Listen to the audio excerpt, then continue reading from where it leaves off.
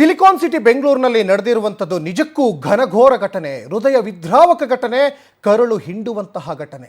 ತಾಯಿ ಜೊತೆ ದೇವಸ್ಥಾನಕ್ಕೆ ತೆರಳ್ತಾ ಇದ್ದ ಬಾಲಕಿ ಮೇಲೆ ಲಾರಿ ಹರಿದಿದೆ. ಅದು ಕೂಡ ತಾಯಿಯ ಕಣ್ಣೆದ್ರಲ್ಲೇ, ಹೆತ್ತ ತಾಯಿ ಕಣ್ಣೆದ್ರಲ್ಲೇ ಲಾರಿ ಆ ಮಗುವಿನ ಮೇಲೆ ಹರಿದಿದೆ. ಹೆತ್ತ ತಾಯಿಯ ಕಣ್ಣೆದ್ರೆ ಉಸಿರು ಚೆಲ್ಲಿದೆ ಪುಟ್ಟ ಕಂದಮ್ಮ.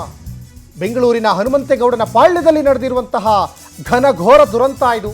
ಉತ್ತರ ಮಾದಕನಹಳ್ಳಿಯಲ್ಲಿ ಪೊಲೀಸ್ ಠಾಣಾ ವ್ಯಾಪ್ತಿಯಲ್ಲಿ ನಡೆದಿರುವಂತಹ ಘಟನೆ ಇದು.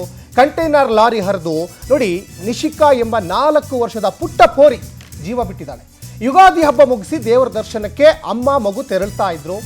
ರಾಜೇಂದ್ರ ಲಾವಣ್ಯ ದಂಪತಿಯ ಮೊದಲ ಮಗಳು ಇವತ್ತು ಬೆಳಿಗ್ಗೆ 10:30ಕ್ಕೆ ಮನೆಯಿಂದ ಲಾವಣ್ಯ ಹೊರಟಿದ್ದು.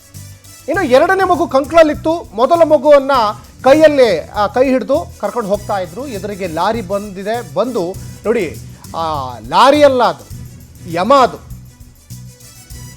4 ವರ್ಷದ ಆ ಪುಟ್ಟ ಕಂದ ನೋಡಿ, ಎಂಥವ್ರಿಗಾದರೂ ಕೂಡ ಹೃದಯ ಹಿಂಡುವಂತಹ ಸನ್ನಿವೇಶ ಇದು.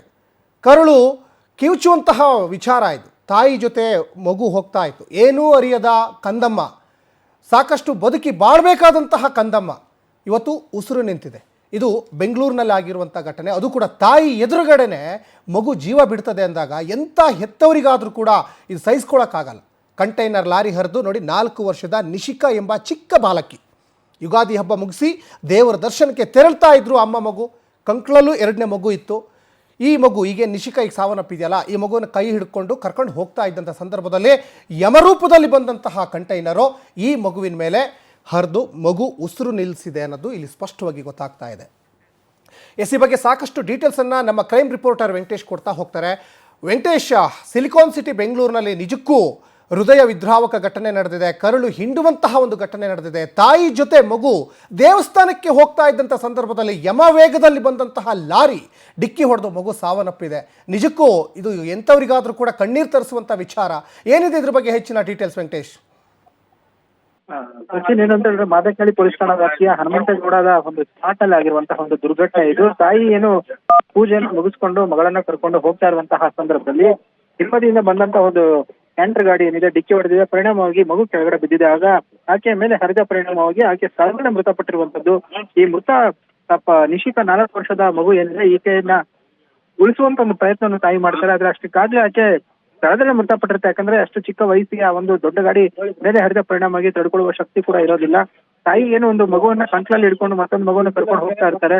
ಸೊ ಆದ್ರೆ ಈ ಒಂದು ಹಿಂಬದಿಯಿಂದ ಬಂದಂತಹ ವೆಹಿಕಲ್ ಏನಿದೆ ಅದಕ್ಕೆ ಹೆಚ್ಚಾಗುತ್ತೆ. ಆತ ಬಹುಶಃ ಗಾಡಿಯನ್ನ ನಿಲ್ಲಿಸಿದ್ರೆ ಒಂದು ದುರ್ಘಟನೆ ಸಂಭವಿಸ್ತಾ ಇದ್ದಿಲ್ಲ. ಆದ್ರೆ ವೇಗವಾಗಿ ಬಂದಂತ ಪರಿಣಾಮವಾಗಿ ಈ ರೀತಿಯಾದಂತಹ ದುರ್ಘಟನೆ ಆಗಿರುವಂತಹದ್ದು. ಸದ್ಯ ತಾಯಿ ಕೂಡ ಮಗುವನ್ನ ಕರ್ಕೊಂಡು ಹೋಗುವಂತ ಸಂದರ್ಭದಲ್ಲಿ ರಸ್ತೆ ಬದಿಯಲ್ಲಿ ಎಚ್ಚರಿಕೆಯಿಂದ ಹೋಗ್ಬೇಕಾಗುತ್ತೆ. ಯಾಕಂದ್ರೆ ಒಂದು ವೆಹಿಕಲ್ಗಳು ಕೂಡ ಸ್ಪೀಡ್ ಆಗಿರುತ್ತೆ. ಅದ್ರ ಬಗ್ಗೆ ಪೋಷಕರು ಕೂಡ ಎಚ್ಚರಿಕೆ ವಹಿಸಬೇಕು. ಇಲ್ಲಿ ತಾಯಿ ಒಂದು ನಿರ್ಲಕ್ಷ್ಯ ಕೂಡ ಕಾಣುವಂತದ್ದು.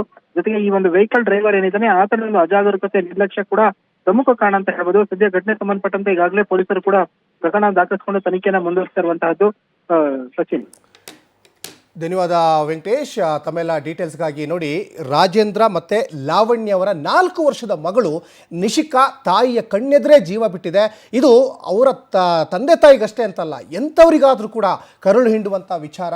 ಮತ್ತು ಸಾಕಷ್ಟು ಜನ ಈ ಲಾರಿ ಕಂಟೈನರ್ ಡ್ರೈವರ್ಗಳಿಗೆ ಅವರಿಗೆ ಭೂಮಿನೇ ಕಾಣಲ್ಲ, ರೋಡೇ ಕಾಣಲ್ಲ, ಹೆಂಗೆ ಬೇಕಂಗೆ ಹೋಗ್ತಾ ಇರ್ತಾರೆ. ಸರಿಯಾದಂಥ ಕ್ರಮ ತೆಗೆದುಕೊಳ್ಬೇಕಾಗ್ತದೆ ಈ ಪ್ರಕರಣದಲ್ಲಿ ಪೊಲೀಸ್ನವರು.